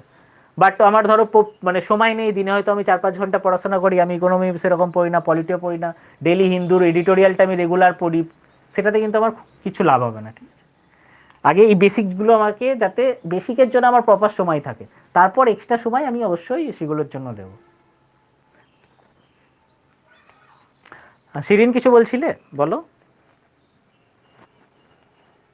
হুম, বলো। কোনটা বলছো বলো তো? টার্মিনাল ভেলোসিটি না, বাহ, গুড কোশ্চেন। হ্যাঁ হ্যাঁ হ্যাঁ, বা গুড গুড। দেখো মানে একটা জিনিস হচ্ছে যে, তুমি তোমার বাড়ির ধরো লম্বা ধরো একটা পাইপ আছে, ঠিক আছে? আমি ধরছি কথার কথা, ঠিক আছে? এটা দিয়ে ধরো জল যাচ্ছে, হ্যাঁ? তো তুমি কখনো জলের ভিতর ছোট্ট একটা কালি ফেলে দেখেছো? ছোট্ট একটা কালির বিন্দু বা যে কোনো একটা ছোট্ট জিনিস যদি তুমি ফেলো না, দেখবে যদি জলটা খুব আস্তে আস্তে যায়, স্লোলি যায়, দেখবে ওই কালির বিন্দুটাও ঠিক স্লোলি ওটার সাথে সাথে সাথে সাথে যেতে থাকবে, ঠিক আছে? বা তুমি যখন হোলি খেলো, রং, যখন তুমি আমাদের বা দোলের সময় দেখবে যে নর্মাল যখন আমরা কি করি, এরকম আমার ধরো জল আছে, তো তার ভিতরে আমি যদি জলটা ধরো আস্তে আস্তে পিচকারির ভিতর দিয়ে যাচ্ছে, আমি যদি হালকা করে রং ফেলি, এটাও কিন্তু জলের ফ্লোটা অনুসরণ করে যেতে থাকবে, যদি গতিবেগটা কম থাকে, ভেলোসিটিটা যদি কম থাকে, ঠিক আছে? এটাকে বলা হয়, এই যে ফ্লোটাকে, এটাকে বলা হয় স্ট্রিম লাইন ফ্লো, ঠিক আছে? Stream line flow. Stream line floor মানে কি, তোমার ভেলোসিটিটাকে কম থাকবে, যদি যে কোনো ক্ষুদ্র জিনিস বা কালি বা যাই ফেলো, এটাই ভেলোসিটিটাকে অনুসরণ করে আস্তে আস্তে আস্তে আস্তে আস্তে যাবে। এইবার তুমি যদি হঠাৎ করে, এটা হচ্ছে টার্মিনাল ভেলোসিটি কাকে বলে বা ক্রিটিক্যাল ভেলোসিটি কাকে বলে, ঠিক আছে? বা ক্রিটিক্যাল ভেলোসিটি কাকে বলে, এটা বাবারের কিচ্ছু নেই, জাস্ট ফিজিক্সের জিনিসগুলো একটু বাস্তবের সাথে রিলেট করতে হবে, আর কিচ্ছু নেই, ঠিক আছে? নামগুলো শুনতে এরকম। ক্রিটিক্যাল ভেলোসিটি বা সংকট ভেলোসিটি, এই জিনিসটা কি? যখন গতিবেগ খুব কম, জলের হোক বা যে কোনো লিকুইডের হোক, তখন সেটা একটা ধারাবাহিক ফ্লো অনুসরণ করে, ঠিক আছে? এটা ধারাবাহিকভাবে চলে। মানে এখানে যদি আমরা কিছু ছোট্ট বিন্দু রাখি বা যাই রাখি, সেটা সুন্দরভাবে ওই পথটা অনুসরণ করে চলবে, ঠিক আছে? মানে কালির বিন্দুটা যদি আমি মাঝখান বরাবর দিই, কালির বিন্দুটা এই মাঝখান বরাবরই সুন্দর এই পাইপের এই কোণা থেকে ঢুকিয়ে ওই কোণায় বেরিয়ে যাবে। এটাকে হচ্ছে ধারাবাহিক ভেলোসিটি বা এটাকে বলা হয় স্ট্রিমলাইন ফ্লো। কিন্তু এই ভেলোসিটির মানটা,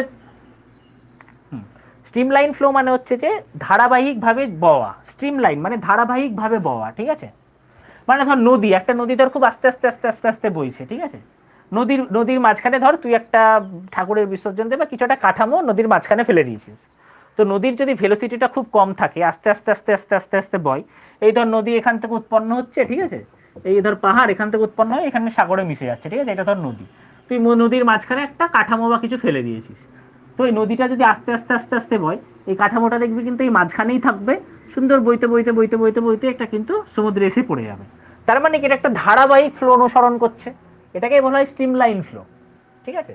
এইবার তুই তোর গতিবেগ বিশাল বাড়িয়ে দিলি, এখানে হয়তো বিশাল ঝড় বৃষ্টি প্রচুর কিছু হলো, হ্যাঁ? হ্যাঁ, কিছু একটা জিনিস তুই ধর মাঝেই ফেলে রাখলি, এটা আস্তে আস্তে আস্তে কিন্তু মাঝেই থেকে যাবে, ঠিক আছে? যদি গতিবেগটা কম থাকে, তাহলে এই যে ধারাবাহিকভাবে একটা ফ্লো অনুসরণ হচ্ছে, কারণ এই জলটা যেভাবে বইছিল একটা ধারাবাহিকভাবে বইছে, এটাকে বলা হচ্ছে স্ট্রিম লাইন ফ্লো, ঠিক আছে? এইবার ধর সাপোজ এই কোনায় প্রচুর পরিমাণ বৃষ্টি হলো বা প্রচুর কিছু একটা গন্ডগোল ঘটে গেছে, ঠিক আছে? এখানে তো একটা কিছু তুষার ধস টস নেমে গেছে, ঠিক আছে? হিমবাহ গলে গেছে, প্রচুর পরিমাণ জল চলে এলো, তাহলে কি হবে, গতিবেগ বাড়বে না কমবে এই নদীটার? প্রচুর গতিবেগ বেড়ে যাবে, ঠিক আছে? জল এরকম করে ঘুরতে থাকবে, ঘূর্ণি টুর্নি সৃষ্টি হয়ে যাবে, এই কাঠামো কি এই মাঝখানে থাকবে, এ কোথায় চলে যাবে? এই কোনায় টোনায় গিয়ে এই ধাক্কা খেয়ে আলটিমেটলি এখানে কোনো মতে পৌঁছাবে, নাও পৌঁছাতে পারে, তাই না? তার মানে কি, জিনিসটা টার্বুলেন্ট হয়ে গেল, হঠাৎ করে গতিবেগ বাড়ার জন্য এই ফ্লোটা, যেটা একটা স্ট্রিম লাইন ফ্লো ছিল সুন্দরভাবে, যেটা বইছিল, মাঝখানে কিছু রাখলে সেই মাঝখান বরাবর এই কোণায় আসছিল, এই জিনিসটা হঠাৎ করে টার্বুলেন্ট হয়ে গেল। তো এই এটা হচ্ছে ভেলোসিটির উপর ডিপেন্ড করে যে ফ্লোটা স্ট্রিম লাইন হবে না টার্বুলেন্ট হবে। যদি ভেলোসিটি কম থাকে স্ট্রিম লাইন থাকবে, যদি ভেলোসিটি খুব বেশি হয়ে যায় টার্বুলেন্ট হয়ে যাবে। তো এই ভেলোসিটি বাড়াতে বাড়াতে বাড়াতে বাড়াতে যে ভেলোসিটিটা ক্রস করলেই stream line flow turbulent flow হয়ে যাবে। মানে এখানে ঝড় বৃষ্টি হচ্ছে, তুষারপাত হচ্ছে, আস্তে আস্তে ভেলোসিটি বাড়ছে, অথচ তাও কাঠামোটা সুন্দরই যাচ্ছে। হঠাৎ করে এমন একটা ভেলোসিটি সৃষ্টি হয়ে গেল, কাঠামোটা বেঁকে চলে গেল, ঠিক আছে, বিভিন্ন দিকে চলে গেল। তো যে ভেলোসিটিটা পেলে stream line flow turbulent flow হয়ে যাবে, সেটাকে আমি বলি ক্রিটিক্যাল ভেলোসিটি বা টার্মিনাল ভেলোসিটি। ঠিক আছে, যদি এরকম কোশ্চেন আসে যে which of the following defined as critical velocity, তো 3-4টা অপশন দিল, তাহলে যে ভেলোসিটিটাই stream line flow turbulent flow হয়ে যাবে, যে ভেলোসিটিটা জাস্ট পেলে, সেটাকে আমি বলি ক্রিটিক্যাল ভেলোসিটি। বোঝা গেল সিরিন ব্যাপারটা? ওকে, গুড। সাপোর্ট টার্বুলেন্ট মানে কি? তার লাইফে বলেন আমার লাইফে প্রচুর টার্বুলেন্স চলে এসছে, মানে কি চারদিক থেকে সমস্যা, চারদিক থেকে লাইফ একটা স্ট্রিম লাইন, এটা ধারাবাহিকভাবে যাচ্ছে না। তো এই টার্বুলেন্ট হলো কেন? কারণ এখানে প্রচুর গতিবেগ বেড়ে গেছে, প্রচুর পরিমাণ জল চলে আসছে, গতিবেগ বিশাল হাই, একটা ধারাবাহিক ফ্লো বজায় রাখতে পারছে না। বোঝা যাচ্ছে ব্যাপারটা? এই বললাম এখানে বাই চান্স তুষারপাত হয়ে গেল বা হিমবাহ গলে গেল বা যাই হোক, গতিবেগ বিভিন্ন কারণে বাড়তে পারে। কনসেপ্ট হচ্ছে যে গতিবেগ বেড়ে গেলে, আচ্ছা আচ্ছা আচ্ছা আচ্ছা, গতিবেগ বাড়লে এখানে নানা কারণে গতিবেগ, একটা নদীর গতিবেগ কেন বাড়তে পারে, তাই না? এগুলো কি আর এক্সপ্লেন করার দরকার আছে যে একটা নদীর গতিবেগ কেন বাড়বে, তাই না? বিভিন্ন কারণে বাড়তে পারে। তো ওখানে হিমবাহ গলে যেতে পারে, প্রচুর পরিমাণ বৃষ্টি হতে পারে, তাই না? তো গতিবেগ যদি প্রচুর বেরিয়ে যায়, তাহলে কি তোর এই ফ্লোটার স্ট্রিম লাইন থাকবে? প্রচুর যদি গতিবেগ বেরিয়ে যায়, কাঠামোটা যদি মাঝেই থাকে, কি মাঝে থাকবে? থাকবে না, কোথায় চলে যাবে? স্ট্রিম লাইন ফ্লো টার্বুলেন্ট হয়ে যাবে। তো যে গতিবেগটা দিলে স্ট্রিম লাইন ফ্লো টার্বুলেন্ট হয়ে যায়, সেটাকে বলে ক্রিটিক্যাল ভেলোসিটি। একদম, জাস্ট যে গতিবেগটা পেলে এই ঘটনাটা ঘটে, সেটাই হচ্ছে ক্রিটিক্যাল ভেলোসিটি। ক্লিয়ার ব্যাপারটা তাহলে এবার? আচ্ছা সিরিন, তো এটা বুঝেছো? আর কারোর কোনো কিছু জায়গা ডাউট?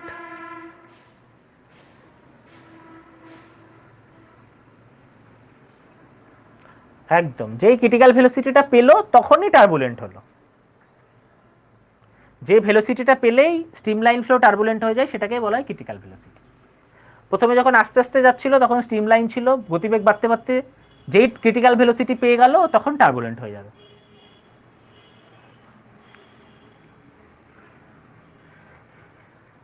হ্যাঁ, ওটাই আর একটা নাম টার্মিনাল ভেলোসিটি, ওটাকে বলা হয়। আচ্ছা, আর কারোর কোনো জায়গা ডাউট? শুধু সায়েন্স বলে না, যে কোনো জায়গা বলতে পারো, ঠিক আছে?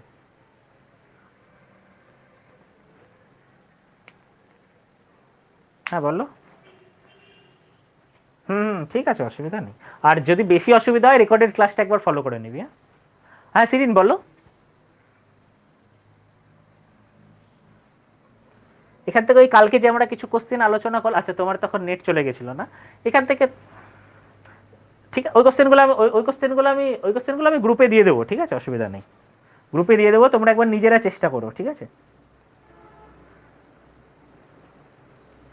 এখান থেকে কিরকম কোশ্চেন হতে পারে বলো তো সিরিন? যেমন ধরো, এই যে তুমি ভেজানোর ওই কনসেপ্টটা বুঝতে পারলে তো, যে স্পর্শকোণের মান কত হলে একটা জিনিস ভেজাবে, 90-এর বেশি না কম? Very good. এরকমই কোশ্চেন দেবে, ঠিক আছে, 90-এর কম হলে ভেজাবে, ঠিক আছে, এরকম তোমাকে কোশ্চেন দেবে, ঠিক আছে? বা পৃষ্ঠটান থেকে ধরো এরকম কোশ্চেন দিল যে একটা একটা সূচ বা একটা মাছি জলের উপর দিয়ে কেন হেঁটে যেতে পারে, জলের কোন ধর্মের জন্য? উত্তর আছে হয়তো ভিসকোসিটি, বুয়েন্সি, সারফেস টেনশন। তাহলে কি উত্তর হবে?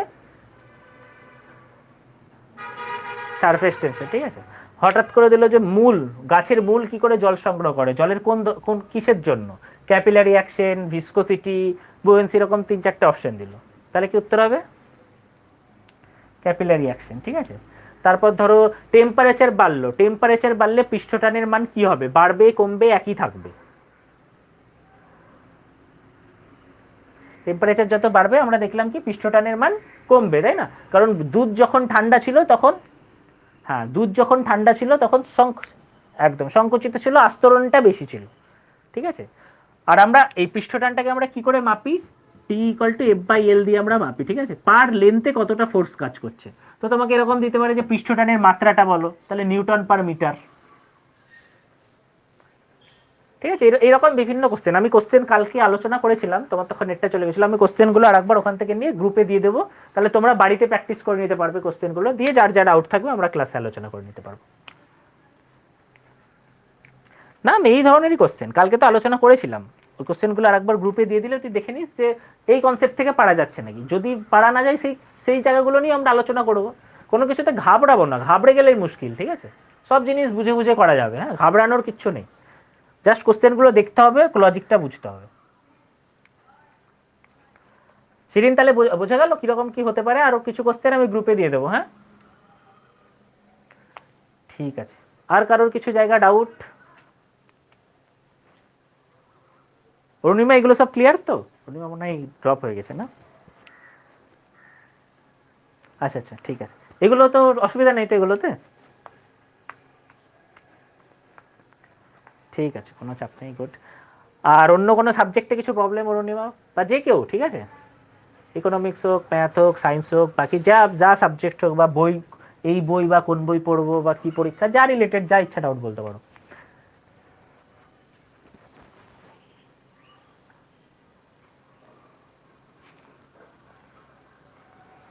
হুম হুম হুম। দেখো এই বইটা খারাপ না, ঠিক আছে, আরিহান্টের অবজেক্টিভ, এলুসেন্টের অবজেক্টিভ জেনারেল নলেজ খারাপ না বইটা, ঠিক আছে, দেখতে পারো। আরিহান্টের একটা 14,000 ওটাও দেখতে পারো, বা বেস্ট আমি বলবো যেটা আমার মোটামুটি বেশ ভালো লেগেছে, দিশার একটা 10,000 আছে, ঠিক আছে, মোটামুটি মেন মেন ওরিয়েন্টেড বই, কিন্তু এটা প্রিলি ওরিয়েন্টেড বই না, ঠিক আছে। এই লুসেন্টের জেনারেল নলেজ এই বইটা যদি দেখো, বা আরিহান্টের বইটা যদি দেখো, এটা মানে একটা প্রিলি ওরিয়েন্টেড বই, ঠিক আছে, মানে এখানকার কোশ্চেন মেনে আসতেও পারে, কিছু কিছু কোশ্চেন না আসতে পারে, বাট দিশার কোশ্চেনগুলো বেশ স্ট্যান্ডার্ড, ঠিক আছে। তো এই জায়গাগুলো থেকে কিন্তু তুমি দিশার, আমার কাছে পিডিএফও আছে, ঠিক আছে, আমি পিডিএফটা খুব বড়, গ্রুপে আমি জানি না হোয়াটসঅ্যাপে যাবে নাকি, তো এবার টেলিগ্রামে আছো, টেলিগ্রামে আছো তো, তাহলে টেলিগ্রামে আমি পাঠিয়ে দেবো এই দিশার পিডিএফটা, ঠিক আছে, দিশার পিডিএফটা দেখো। আর গ্রুপে যদি যায় তাহলে আমি গ্রুপে পাঠিয়ে দেবো, নাহলে গ্রুপে আমি ড্রাইভের একটা লিঙ্ক করে পাঠিয়ে দেবো, ঠিক আছে।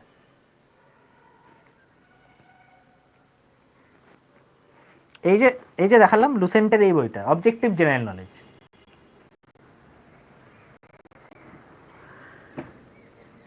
লুসেন্টের অবজেক্টিভ জেনারেল, আমি একটা গুগল ড্রাইভে বেস্ট হবে, আমি গুগল ড্রাইভে আমার কাছে আরো বেশ কিছু এমসিকিউ পিডিএফ আছে, আমি দিশার এটা, হ্যাঁ বল, তোর আওয়াজ কেটে কেটে যাচ্ছে চটকা, বল। আচ্ছা, যাই হোক, তো আমি একটা গুগল ড্রাইভে দিশার এই বইটা আমার ওই কয়েকটা আরো পিডিএফ আছে এমসিকিউ, আমি পাঠিয়ে দেবো, ঠিক আছে, তারপর দেখো নেওয়া যে কোনটা মোটামুটি তোমার ঠিক লাগছে, সেটা ফলো করো। তবে দিশার এটা বেস্ট, বেস্ট স্ট্যান্ডার্ড। হ্যাঁ প্র্যাকটিস সেটের বই, এই এই এই এই বইটার মানে কোশ্চেনগুলো বেশ স্ট্যান্ডার্ড কোশ্চেন, মানে তোমার মনে হবে যে না মেনে এই ধরনের কোশ্চেন আসতে পারে, ডব্লিউবিসিএস মেনের জন্য খুব ইম্পর্টেন্ট। আর এই বইগুলো যদি ফলো করো তোমার প্রিলি জন্য ঠিকঠাক, অবজেক্টিভ জেনারেল নলেজ লুসেন্টের বা আরিয়ান্টের। আর আমার কাছে আরো দুই একটা এমসিকিউ সিরিজ আছে আলাদা আলাদা করে, ইকোনমির জন্য আর পলিটির জন্য, আমি ওগুলো পাঠিয়ে দেবো, একটা গুগল ড্রাইভ করে লিঙ্কটা পাঠিয়ে দেবো সবার সাথে, ওখান থেকে দেখে নিই, ঠিক আছে। ওকে, গুড। আর কারোর কিছু, যার যে জায়গা আছে।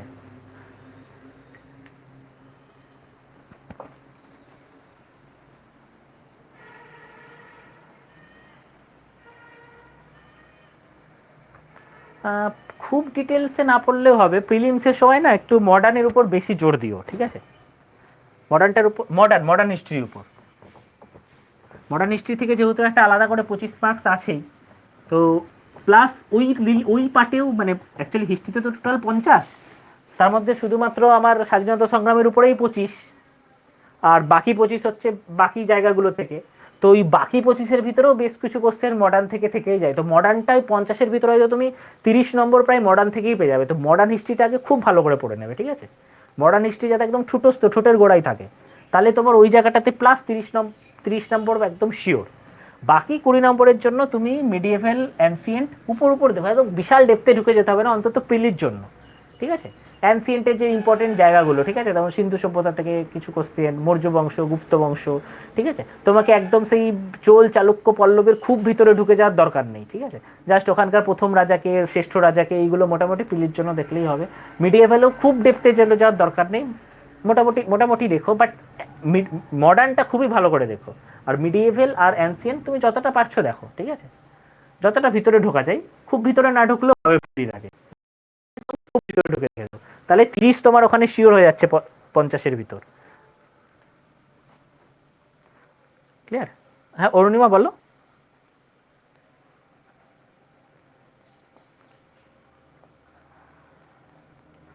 হ্যাঁ ঠিক, ওটা আমি একটা ভাবছিলাম। তো হ্যাঁ হ্যাঁ হ্যাঁ, তো একটা এক্সাম নিয়ে একটা এক্সাম নেওয়া যেতে পারে তাহলে।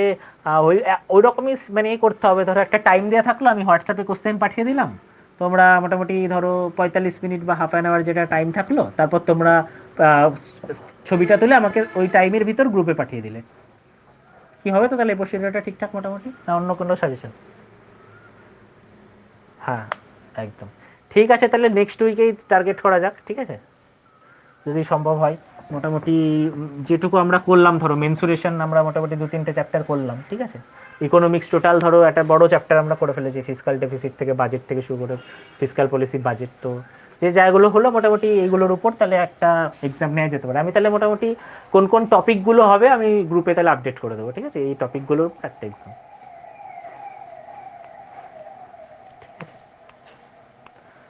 আর হুম হুম হুম, এক্সাম একটু নিতে হবে। না না, এক্সাম একটু নিতে হবে সিরিয়াসলি, কারণ নাহলে এমনিতেই কোভিড, চারিদিকে মানুষের মন টন ভালো নেই, তারপর পড়ারও অত মুড নেই এখন অনেকেরই। তারপর একটু এক্সাম থাকলে একটু তাও প্রেশার থাকবে, মনে হবে না একটু পড়াশোনা করি। না না, পারবি না কেন? এই তো প্রথমে নেগেটিভ কথাবার্তা।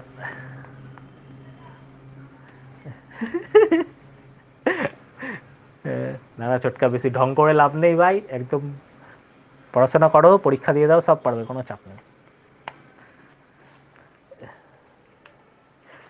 হবে হবে, আর 2-3 মাস, জুলাই আগস্ট থেকে হোপফুলি পরীক্ষা টরীক্ষা সব শুরু হয়ে যাবে। তো মানে এই সময়টা কিন্তু একদম নষ্ট করো না, যাই হোক মানে শরীর একটু খারাপ থাকলে অবশ্যই রেস্ট নাও, হেলথের থেকে তো বেশি প্রায়োরিটি কিচ্ছু না। বাট এই মে, জুন, এই দুটো মাসে কোনো পরীক্ষা হবে না শিওর, বাট জুলাই থেকে শুরু করে দিলে এই 2 মাস অ্যাপ্রক্স যদি 60 ডেজও তোমার হাতে থাকে, এই 60 ডেজকে যদি খুব ভালো করে কাজে লাগাও না, জুলাই এসে আর পস্তাতে হবে না। মানে এরকম হবে না এই 2 মাস মোটামুটি কাটিয়ে দিলাম, জুলাই হয়তো প্রিলিট ডেট দিয়ে দিল 30 তারিখ বা 25-28 তারিখ, তো এই 20 দিনের ভিতর তখন মনে হবে কী করে পড়বো কী করে পড়বো। এর থেকে এই টাইমটা যদি একটু শরীর সাই দেয়, এই 2 মাস খুব ভালো করে কাজে লাগিয়ে নাও সবাই। এই 60 ডেজ কিন্তু খুব ভাইটাল, কারণ এখন অনেকেই একটু পড়াশোনা থেকে ডিটাচ থাকবে বা এরকম, অনেকেরই যেহেতু অনেকেরই মনের অবস্থা খুব একটা ভালো নেই, তো সেই ফ্লোটা অনেকেরই পড়াশোনার কেটে গেছে, ঠিক আছে? তো এই ফ্লোটা যাতে সবার না কাটে, তোমাদের ভেতর চেষ্টা করো এই ফ্লোটা এই 2 মাসে ফিরিয়ে আনার। এই 2 মাস যদি একটা ভালো জায়গায় আসতে পারো না, জুলাই মাথার উপর অত প্রেশার পড়বে না, কারণ পরীক্ষা টরীক্ষা জুলাই শুরু হবেই হবে। তো সেই জায়গায় তুমি অনেকটা এগিয়ে থাকবে অন্যদের থেকে। তো মে জুন মাসটা খুব ভাইটাল, যতটা পারছো যখনই শরীর সায় দেবে একটু পড়াশোনা করার চেষ্টা করবে, যে কোনো টপিক, যে কোনো জায়গা।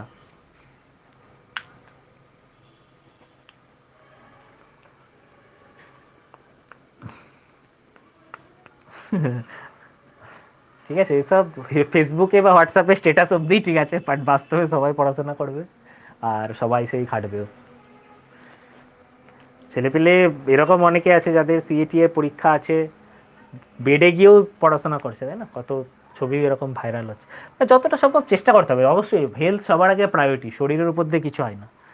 শরীর খারাপ থাকলে এইসব হেডেক নেওয়ার কোনো দরকারই নেই, আগে আগে তো বেঁচে থাকতে হবে তারপর অন্য কিছু। বাট যখনই শরীর সাই দেবে চেষ্টা করতে হবে যতটা সম্ভব এগিয়ে যাওয়া যায়। যাই হোক তাহলে মোটামুটি এই, আর কারোর কিছু তাহলে সেরকম ডাউট না থাকলে আমরা ক্লোজ করি আজকের মতো। আমি এক্সামের এটা দেখি মোটামুটি একটা সিলেবাস বানিয়ে আমি গ্রুপে দিয়ে দেবো, আর আমি এমসিকিউ লিঙ্কগুলো একটা ড্রাইভ আপলোড করে দিয়ে দেবো তোমাদের, ওখান থেকে তোমরা দেখে নেবে। ঠিক আছে?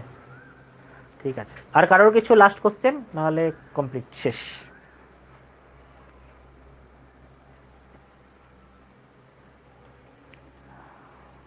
হুম হুম হুম হুম, হ্যাঁ বল। হ্যাঁ ওকে ঠিক আছে একদম। হ্যাঁ ছোটকা কিছু বলছিলি, বল।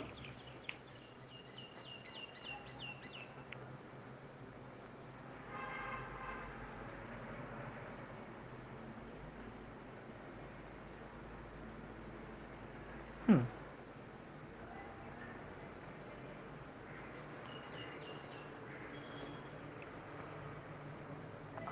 হ্যাঁ হ্যাঁ হ্যাঁ, দেওয়াই যেতে পারে, ঠিক আছে। নিশ্চয়ই আমি একটা, ওখানে তোমার পিডিএফ গুলো সব আছে, মানে ওই জায়গায় আমার কাছে যে মেটেরিয়ালস গুলো আছে ওখানে শুধু কোশ্চেন আছে, ঠিক আছে, আমি একটা সূত্র তাহলে এক জায়গায় করে দিয়ে দেবো গ্রুপে।